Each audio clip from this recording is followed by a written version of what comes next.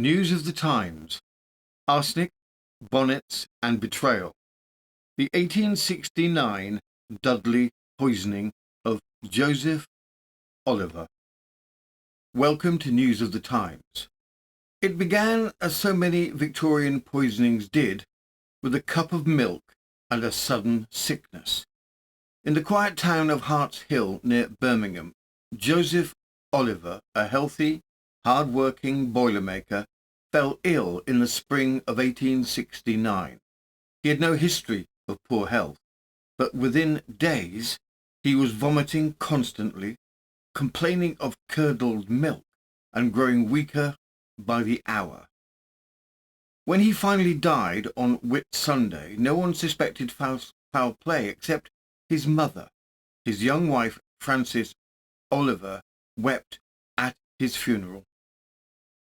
But behind closed doors, something far darker was unfolding, because just weeks before her husband's death, Fanny had rekindled a secret affair with a former lover, a butcher named Burgess. She had purchased a shilling's worth of arsenic from a local chemist, supposedly, she said, to clean bonnets. Was Fanny a desperate woman trapped in an unhappy marriage, or a cold and calculating killer with plans to run off with another man? Today's episode plunges deep into one of the most dramatic Victorian poisoning trials of the 19th century, a case that gripped Birmingham and Dudley with its themes of betrayal, greed, and arsenic-laced ambition. And in today's end of episode further's particular segment, thinking of escaping 1840s Britain for greener pastures, why not try Pennsylvania's coal, Florida's silk, or Virginia's progressive-ish plantation reform? Our correspondent swears it's all terribly civilized and only mildly swampy. So, brew yourself a cup of arsenic-free tea, straighten your bonnet or butcher's apron and settle in. Because behind every respectable facade lies a scandal just waiting to be stitched. This is News of the Times, and things are about to get suspiciously milky. Background. Joseph Oliver was a 39-year-old boilermaker from Hart Hill near Birmingham. Known locally as a strong, healthy and industrious man, he had no history of serious illness and was considered steady and respectable. He was buried at St James's Churchyard on the 16th of May 1869, which was Whit Sunday, after a sudden 3-week decline marked by severe sickness and vomiting. Only from suspicions of foul play from his mother, which led to the exhumation of his body and a sensational inquest. Joseph was on his second marriage, childless, and had saved diligently through the Wolverhampton and South Staffordshire Building Society, and by all accounts he lived a routine working-class life until his abrupt and mysterious death. Fanny Frances Oliver was a 28-year-old lady at the time of her husband's death, his second wife, and by outward appearance a quiet, respectable milliner with no children. Beneath the facade, however, she had rekindled a relationship with a former lover, John Burgess, a Wolverhampton butcher. In the months before Joseph's death, she secretly withdrew about £100 of his savings, roughly £15,000 today, using forged orders and purchased arsenic, ostensibly for cleaning bonnets, under the name of Fanny Burgess. Letters read out in court painted her as a woman trapped in a loveless marriage and longing to belong to Burgess instead. Her trial at Dudley in 1869 drew huge crowds and intense press attention, transforming her from an obscure tradeswoman into one of the Midlands' most notorious accused poisoners. It all started with something as ordinary as a morning cup of milk. Only this time the milk was strangely thick, curdled, and left both husband and servant girl violently ill. Joseph Oliver, a man known for working tirelessly from 4 a.m. to 7 p.m., was suddenly confined to bed, unable to hold anything down. His young wife Fanny appeared the picture of grief, but behind the scenes she had resumed secret correspondence with a former lover, a butcher named Burgess, and had quietly begun withdrawing her husband's life savings. Then came the purchase of arsenic under a false name for a purpose no bonnet ever required. All of these threads began to weave a chilling picture, one that led investigators to exhume the recently buried body of Joseph Oliver. From the Worcester Chronicle, the 2nd of June, 1869, suspected murder near Birmingham. Joseph Oliver, aged 39, of Hart Hill near Birmingham, was buried in St. James's Churchyard on the 16th instant. Suspicions having been since aroused that he was poisoned by his wife, his body was exhumed on Thursday afternoon, and afterwards a coroner's inquiry into the cause of his death was opened at the Saracen's Head Inn before Mr. Brooke Robinson. The first witness called was the mother of the deceased, Elizabeth George, who said that her son died on Whit Sunday. Before his death, he was poorly for 2 or 3 weeks. On the Monday previous to his death, he told her he was worse and complained of sickness, and he made a similar complaint for 2 or 3 weeks previously. On the Tuesday previous, she had seen her son early in the morning when his wife put some milk before him for his breakfast, and he said, "What's the matter with the milk? It's very hot, and there must be something in it which is not right." He asked her to take it. She took a spoonful, and very soon afterwards was sick. The wife said the girl must have put some pepper in the flour. On the Thursday before he died, she saw her son, who was then confined to his bed, and complained that the sickness still continued. On the Sunday morning, she again saw him, and whilst she was with him, he was sick, and he told her he was continuously sick, and that the milk must be curdled. Her son, till lately, was a healthy man. She never knew him to lie by. He was buried on the 16th inst. The post-mortem, carried out by 3 local medical men in Dudley, presented a baffling picture. Joseph Oliver's heart, lungs, kidneys and liver showed no signs of disease. His stomach, while slightly discoloured, bore no ulceration or clear damage. In short, no obvious cause of death, and yet the man had wasted away in a matter of days, violently sick until the very end. It was enough to raise suspicions. The stomach contents were sealed in a jar and sent off for further analysis, away from Dudley and into more expert hands. Whatever had Joseph Oliver, it had left no trace the local team could identify. But the circumstances were damning. His wife Fanny was soon formally charged with his murder, and then came the chemist's testimony that she had purchased arsenic, allegedly to clean bonnets. The revelations caused such a stir that an order was issued by the Home Secretary for Joseph's body to be re-exhumed. A second examination was carried out at once, and this time the brain was removed and forwarded to Dr. Hill of Birmingham for specialist testing. The investigation was far from over. From the Worcestershire Chronicle, the 16th of June, 1869. The suspected murder by poisoning. At the Dudley Police Court on Friday, the young woman, Fanny Frances Oliver, was brought up on remand, charged with the wilful murder of her husband, Joseph Oliver, at Hart's Hill on the 16th. The court was densely crowded.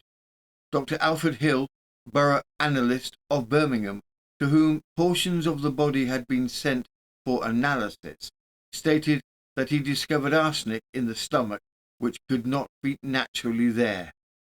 He was decidedly of the opinion that death resulted from poisoning by arsenic. Several other witnesses were examined and the prisoner was formally charged with the murder. The chairman said that a case had been made out and the prisoner was then committed to the assizes for trial for wilful murder. The prisoner was removed, weeping bitterly. With the definitive detection of arsenic by the Birmingham specialists, the path to trial was now inevitable. Fanny Oliver, already remanded in custody, appeared genuinely stunned that suspicion had fallen upon her.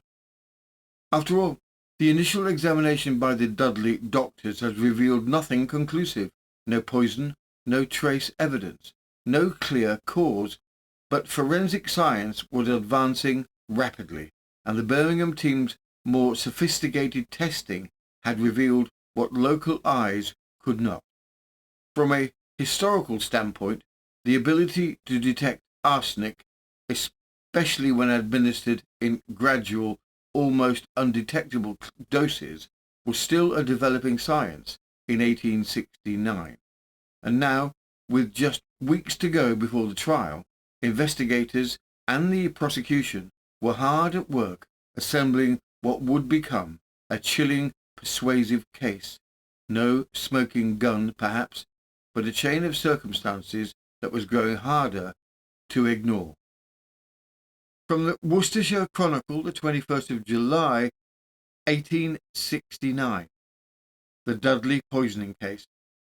Fanny Frances Maria Oliver, 28, a milliner, was indicted for the wilful murder of Joseph Oliver, her husband, on the 10th of May last at Dudley.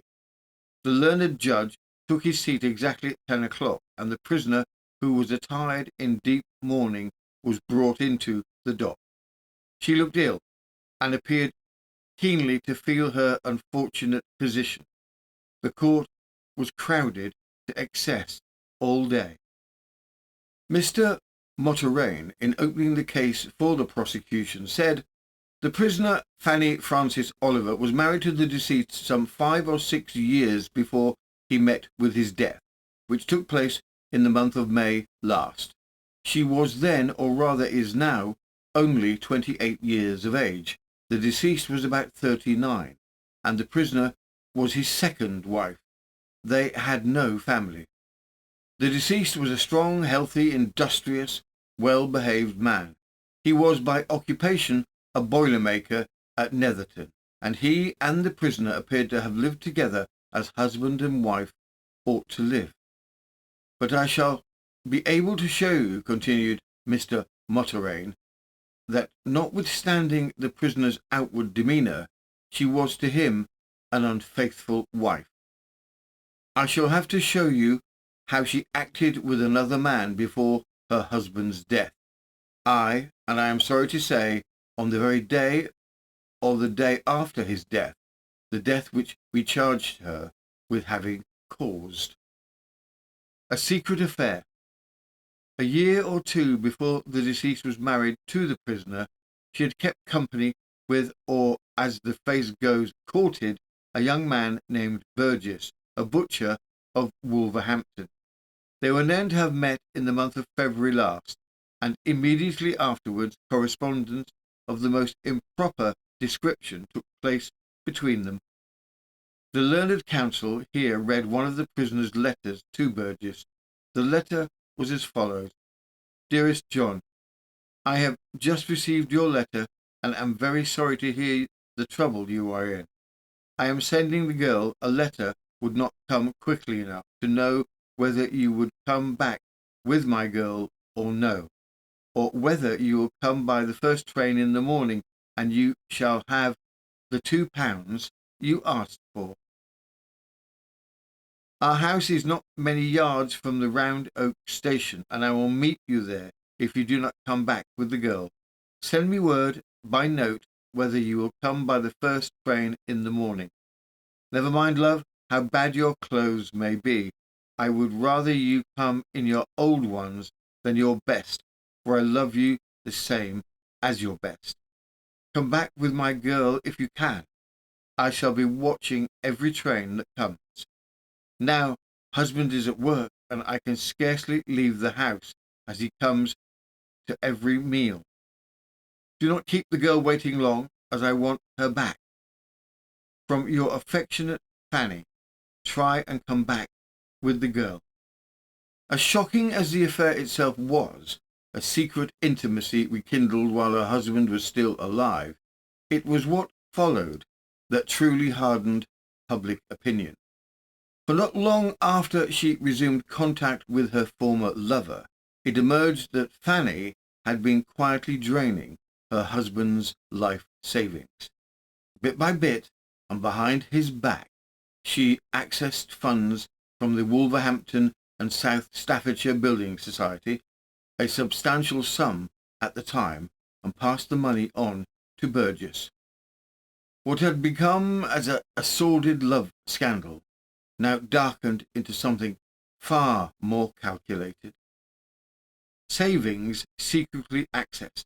Mr. Mottram proceeded to speak of the prisoner drawing out the hard-earned savings of her husband from the Wolverhampton and South Staffordshire Building Society to the amount of about £100, value approximately £15,000 in 2025, in sums varying from £6 to £25.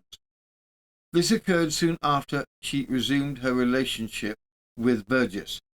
He stated that she did this by means of forged orders written by a youth of 14 or 15 years of age, and that these withdrawals were made without her husband's knowledge or authority. Her motive in poisoning her husband, the counsel argued, was that by May he would have discovered what his wife had done, because it was the custom of the society to have subscribers' books examined and the interest added in that month. But if siphoning away her husband's savings hinted at a deeper deceit, what came next was more damning still. The prosecution now turned to the matter of arsenic, and the unsettling detail that, when purchasing the poison, Fanny had not even used her married name. Instead, she signalled the chemist's ledger to be signed as Fanny Burgess, adopting the surname of her lover before her husband was even cold in the ground. Arsenic purchase. The purchase of arsenic by the prisoner, supposedly for cleaning bonnets, was next discussed. The learned counsel said he would prove that the prisoner never actually cleaned any bonnets after purchasing the poison, that arsenic is not used for that purpose, and that the prisoner lacked the necessary equipment, such as blocks and presses, that milliners or bonnet cleaners typically use. Furthermore, when she did receive bonnets to clean, she always sent them to a professional milliner named Mrs. Watson. The prisoner had signed her name in the chemist's book as Fanny Burgess rather than Fanny Frances Oliver, no doubt in anticipation of her husband's death and her intended marriage to Burgess. As the prosecution assembled its portrait of motive and intent, one of Fanny Oliver's own letters appeared to tie the entire narrative together. In it, she confessed in no uncertain terms that she had abhorred the man that she had married, a striking admission in any context, but all the more so given that it was penned just as her husband began the very illness that would soon claim his life. The timing, the tone, and the content were impossible to ignore. In one of her letters, she had said she was married to a man whom she hated and abhorred, and that she longed for the day she would belong to Burgess instead. That letter was dated the 27th of April, and up to that date, the deceased was not known to have lost a day's work due to ill health. But after that date, the very day the arsenic was purchased, the deceased, once a strong and healthy man, began to decline. He became ill and sickly, vomiting frequently, something he had never done before, and within 3 weeks he was dead. The jury said Mr. Mottram had to consider, did the deceased die from the effects of poison? And if so, were those effects caused by the hands or by the orders of the prisoner at the bar? He then referred to the medical analysis, which showed that the fluids and tissues of the body, as well as the contents of the stomach, had absorbed large quantities of arsenic. The prisoner's clandestine meetings with her old lover Burgess, her false representations at the time she purchased the poison, the reports of foul play having been used to bring about Oliver's death, the exhumation of the body, the surgical post-mortem examination, and the analysis of the viscera and other parts of the body, together with other points of evidence, were dealt with upon by the prosecutor. In conclusion, he said that if he proved the facts he had stated, he would ask the jury to find the prisoner guilty. With this forceful opening statement from the Crown, the prosecution began calling a steady procession of witnesses to substantiate each claim. A piece of testimony came from the local chemist, the very man who had sold Fanny the arsenic. His evidence would prove pivotal, drawing a direct line between her purchases and the fatal illness, and giving the prosecution what they would argue was clear proof of intent. Charles Hazard Gare. I'm a chemist and a druggist, and I live in Wolverhampton Street in Dudley. In the month of April, on the 27th, the prisoner came to my shop between 3 and 4 in the afternoon. No one came with her, and she asked for a shilling's worth of arsenic. I said I could not supply it without the presence of a witness. She went out and returned with another woman in about half an hour. She asked again for a shilling's worth of arsenic, and I asked her for what purpose it was required, and the prisoner said, for bonnet cleaning. I keep a register for sales of arsenic. I said I believed oxalic acid was used for bonnet cleaning. She said, I use that also, and I shall require some, but I will use arsenic as well. At this point, the prisoner appeared very faint and was taken out of court by a female attendant. Witness continued, she had an ounce or half an ounce of oxalic acid. I said that arsenic sold in small quantities should be discoloured, but that it would perhaps interfere with the purpose for which she wanted it. She said that it would. This is my register, produced. I asked the prisoner what her name, address and occupation was, and made these entries into it. The prisoner then signed Fanny Burgess, and the other woman signed E. Whitehouse. On the 11th of May, another woman brought a piece of paper which was written, please send 1 shilling's worth of arsenic for cleaning bonnet, Fanny Burgess. I threw the paper away and supplied the bearer with the arsenic. I asked her to sign her name, but she said she could not write, but her name was Mary Parker. I wrote that name, to which she made her mark, and where the purchaser's signature should have been, I wrote with note, bought by witness, signed Fanny Burgess. The bearer took the arsenic away. Public interest turned sharply toward the testimony of the prisoner's former lover, John Burgess, whose name had already emerged in whispers and letters. Although too ill to attend in person, his deposition had been taken earlier under formal conditions, and the Crown now submitted it into evidence. Burgess confirmed a long-standing romantic history with Fanny, dating back nearly a decade. After years apart, they had reconnected by chance in Wolverhampton, and what began as a casual meeting soon reignited into a secret correspondence. He admitted receiving several letters in Fanny's handwriting, including one delivered by a young girl in her service. He destroyed most of them, but one key message remained. The very letter read aloud in court, in which she pleaded for him to visit, offering both money and love while her husband was at work. Burgess described multiple subsequent meetings, including one where he travelled to her home, stayed until after midnight, and was given £2. Fanny said little about her husband except later in a separate letter to say she had married a man whom she hated and abhorred.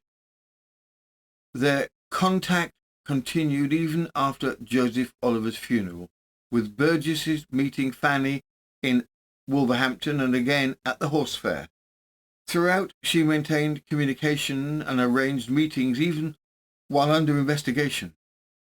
The prosecution highlighted this as a powerful thread, not just of intimacy and deception, but of financial support, secrecy, and stated hatred towards the man now dead. As the Crown continued building its case, two domestic witnesses, a neighbour and a servant girl, added yet more troubling detail. Mrs. Whitehouse, the next-door neighbour, testified that Fanny had rekindled her relationship with Burgess almost immediately upon moving in. She even admitted to helping Fanny write and send letters to him, and recalled a moment when Fanny, speaking of her ill husband, remarked chillingly that if he were on the brink of death, she wouldn't mind giving him an extra dose to make him go, whether or no. The household servant, Annie Archer, barely 13 years of age, confirmed a steady stream of secret notes between Fanny and Burgess, often delivered under strict instructions and timed to avoid her husband's presence. Archer described Burgess visiting the house repeatedly, entering through the parlour while Joseph Oliver was away, and being told to lie to any visitors who came to the door. The girl also testified that she had been sent to purchase rat poison, although she had never seen any sign of rats, mice, or nibbled bread in the house. She recalled falling violently ill after tasting a cold tapioca pudding made by Mrs. Oliver for her husband. He had eaten only a small portion before stopping. Archer never saw a single bonnet cleaned or a block used, nor did Fanny appear to own any such equipment. The alleged reason for purchasing arsenic to clean hats now seemed even more absurd. Brick by brick, the prosecutor's case was stacking up. Opportunity, motive, poison, deceit, and now chilling conversations overheard in the very next room. Adding a compelling financial motive to the mounting circumstantial case, the prosecution next turned to money. Fanny had promptly claimed £8 from the local Death Benefit Society following her husband's demise, a sum worth well over £1,000 today. But more revealing still was the evidence from the Wolverhampton and South Staffordshire Building Society, where Joseph Oliver had once quietly amassed a nest egg. Over the course of just 8 months leading up to his death, over £100, value approximately £15,000 in 2025, had been withdrawn in increasingly large sums, all signed for by Fanny herself without the knowledge of her husband. Edwin Addenbrooke deposed, "I am a pay clerk at Messrs. Cockerill's Boiler Works. The deceased worked at the punching work. He was a steady and sober man. His wages from April 1867 to April 1868 were 34 shillings to 36 shillings, and from April 1868 to April 1869, 24 shillings to 26 shillings. He worked from 4 o'clock in the morning until 7:30. Edward Green worked the same time. There is a benefit society connected with the works, and the widows of the deceased members get allowances from the funds. Deceased was a member of the society, and his widow received £8 upon her husband's death, value approximately £1,200 in 2025.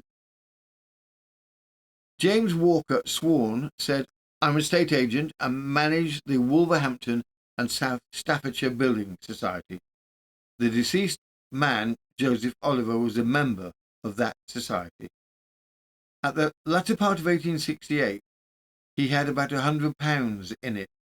I produce a number of receipts, one signed Elizabeth George, the other 8 besides that are signed Fanny Oliver. I saw her sign them. The first is dated the 19th of September 1868 for £6. The second, dated October 1868, was also £6. The third, dated November 9, £6. The fourth, December the 5th, £12. The 5th, January the 9th, 1869, £18. The 6th, February the 13th, 1869, £20. The 7th, March the 13th, 1869, £25. And the 8th, April the 17th, 1869, £21 and 9 shillings. There is one dated May 1868 for £10, signed by Elizabeth George for Mrs. Oliver. This is dated.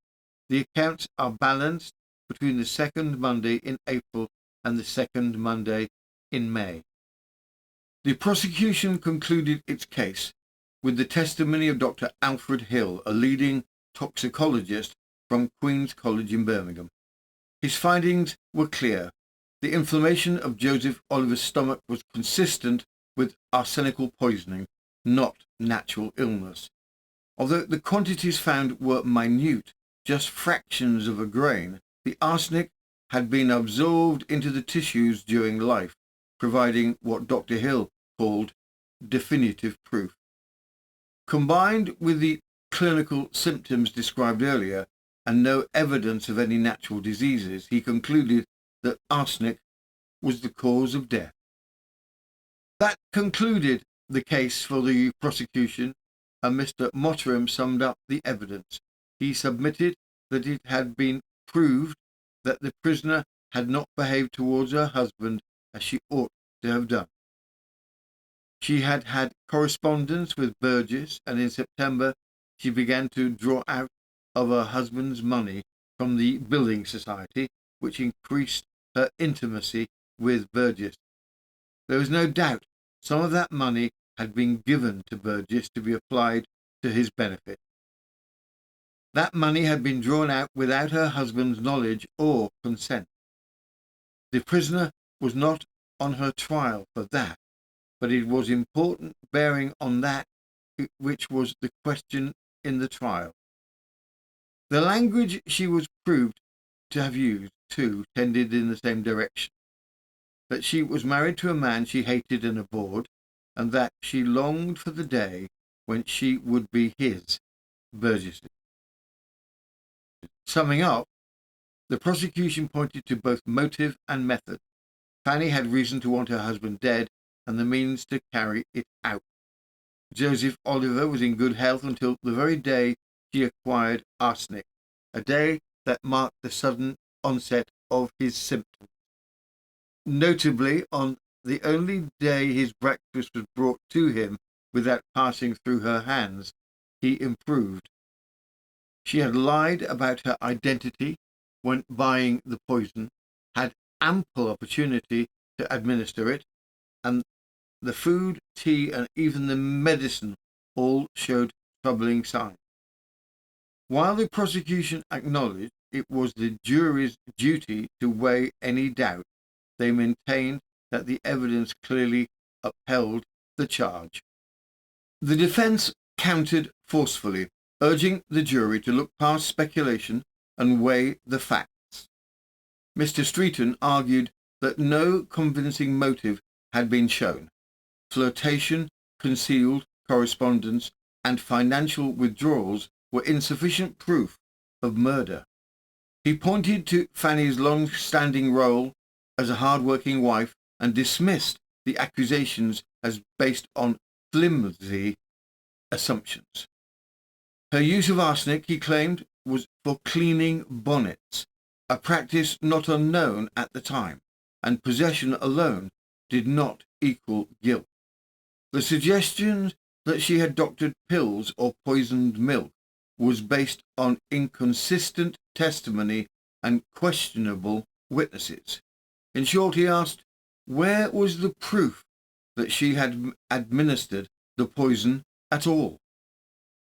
From the Worcester Chronicle, the 21st of July, 1869, the Dudley poisoning case, sentence of death. At the conclusion of Mr. Streeton's address, the court rose for a quarter of an hour. On resuming, his lordship summed up at great length, reading and commenting upon the evidence which had been presented. At the outset, he observed that they had been asked to look at the question of motive, but he reminded the jury that the first matter to be determined was this: did the deceased man die of poison? And if so, the second question would follow, was that poison administered by his wife? The motives, his lordship noted, would assist in the consideration of the second question, namely, whether the prisoner had administered poison, but they must not let motive become the beginning, middle, and end of the whole mystery. The jury's inquiry must apply itself to three things. What was the cause of this man's death?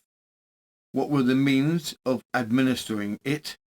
And did the prisoner willfully administer it? In considering the third, it would be proper to inquire whether she had any ill will or good motive. Nothing but a clear conviction of guilt would justify a verdict against the prisoner.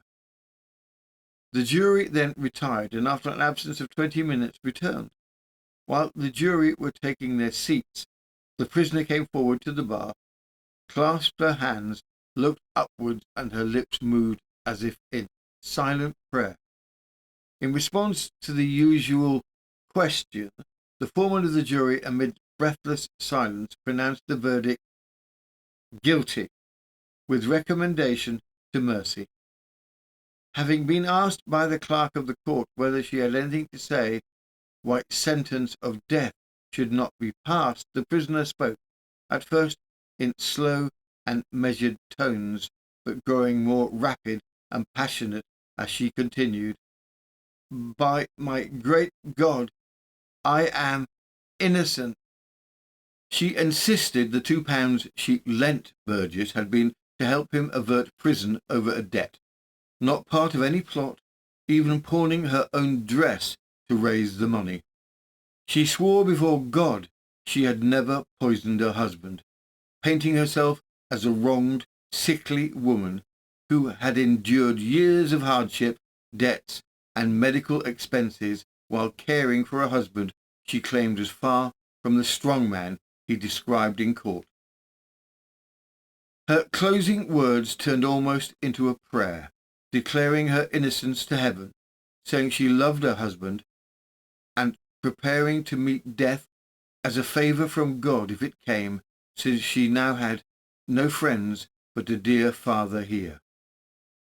The prisoner here turned towards her father, who sat behind the dock, and burst into tears, leaning her face on her hands.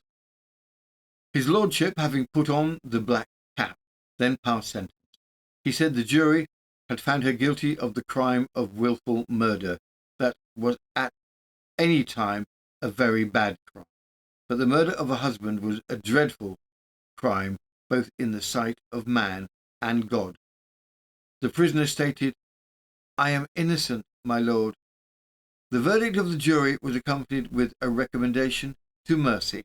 His lordship said he would forward the recommendation to the proper quarter, but he could not tell her what effect it might have. He would, therefore, hold out no hope to her, and he would not say anything further upon the subject, but that he should forward the recommendation to the proper quarter. It only remained for him to pronounce upon her the dreadful sentence of the law.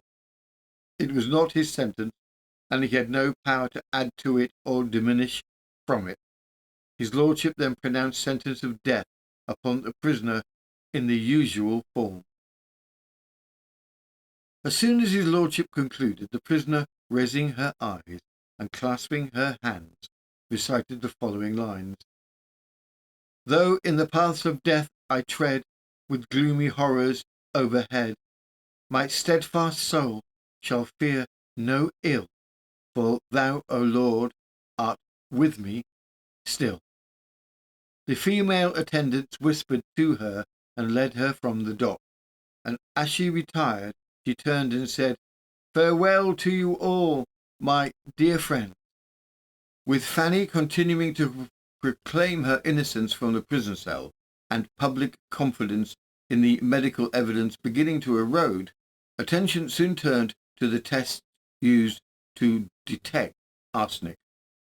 Pointed criticism of Dr. Hill's conclusions led her solicitor, Edward Parry, to appeal directly to the Home Secretary. Though an interview was refused, the Home Office agreed to review all the correspondence and scientific objections. As public unease grew, Fanny remained in prison, resolute, composed, and awaiting word that might yet alter her fate.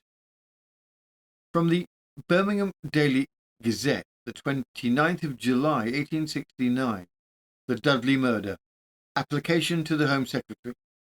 The uneasy feeling which had arisen in the public mind with regard to the medical evidence given at the trial of the condemned woman, Frances Oliver, has found expression through Mr. Edward Parry of Birmingham, the solicitor for the prisoner, who throughout has evinced much anxiety on the convict's behalf. He has found, it is stated, the opinion of several scientific men to be so strongly opposed to some of the conclusions drawn by Dr. Hill from the test he used, that he deemed it necessary to write to the Home Secretary, drawing his attention to the matter and begging for an interview in order that he might place the entire correspondence that he has arisen in the newspapers before Mr. Bruce. Yesterday, Mr. Parry received a letter from the Home Secretary declining the interview with Mr. Parry, but requesting him to forward at once all the documentary evidence, papers, and correspondence which he has, assuring him that the matter will have due consideration. Last night, the papers in the hands of Mr. Parry were duly forwarded and will be placed before the Home Secretary today. The plea worked. In light of growing skepticism over the relatively new arsenic tests and mounting pressure from both press and public, the Home Office commuted Fanny Oliver's sentence from death to life imprisonment.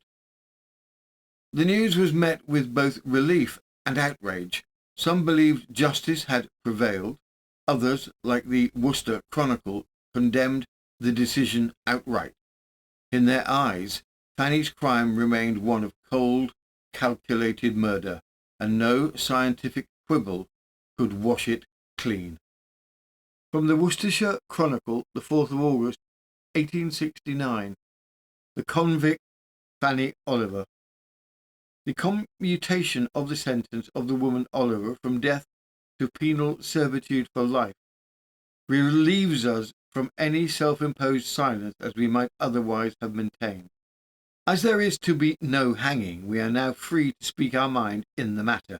without running the risk of being impeached by the sensation mongers of the press of flying in the face of humanity.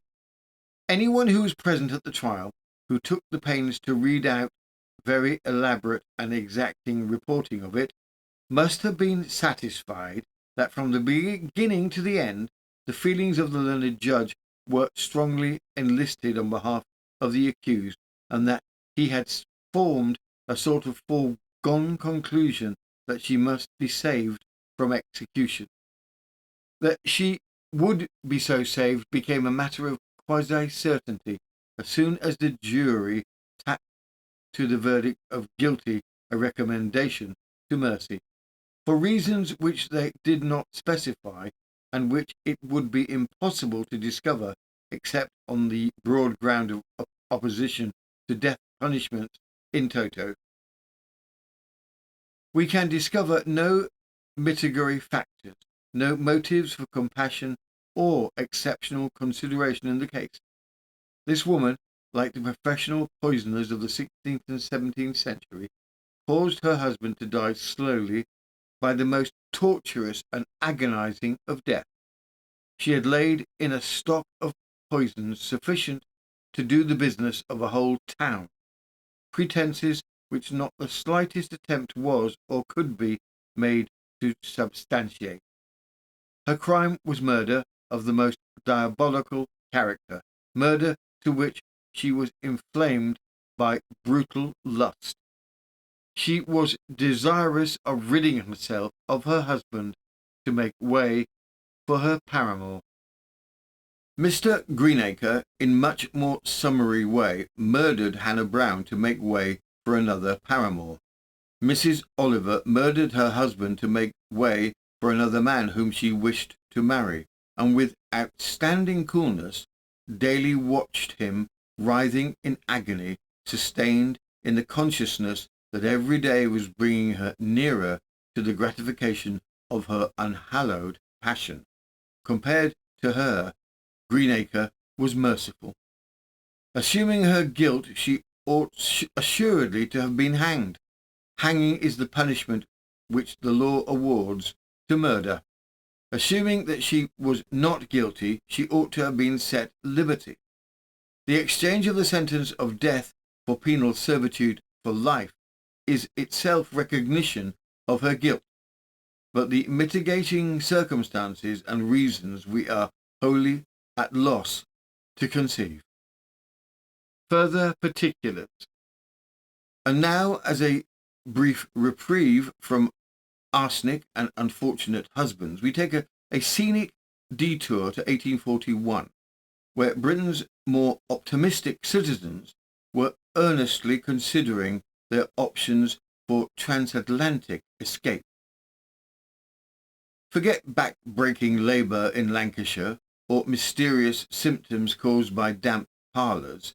What you really need was a one-way ticket to Pennsylvania, a silk farm in Florida, or the healthy embrace of a Delaware rail hub with innumerable steamboats. From the Morning Post, February 1841, the emigration to the United States. We have been favoured by one of our correspondents who has recently travelled through nearly all of the United States as well as Canada, with a mind constantly alive to the welfare of the British emigrant and seeking out those spots where the greatest amount of good would accrue to him. With the subjoined letter from one of the most intelligent agriculturists in the world, whose high respectability entitles his statements to be the fullest confidence, our correspondent is fully convinced that the long and severe winters in Canada and the northern states, and the diseases so prevalent for years after the first settlement of the prairies and lowlands of the far west, render them alike ineligible for the future homes of our countrymen. While the proximity of Delaware to the markets of the great Atlantic cities, with the cheapness of transportation by the innumerable railways, canals and steamboats, add new force to the advantages so simple yet so cogently set forth by Mr. Emerson. British or other white emigration to the fertile and salubrious state of Virginia would not only find the means for profitable settlement, but as her Negro population is repeatedly and rapidly migrating to Texas and the South, it would hasten the process of emancipation now ardently sought by many of her best citizens. Florida, the Montpelier of America, is admirably adapted to the culture of silk, by which great wealth will doubtless be realized there, as has been the case for the orange and the olive.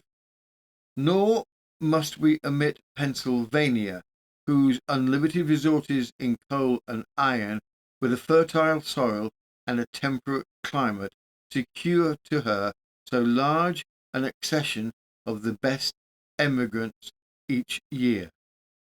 An excerpt to response regarding emigration.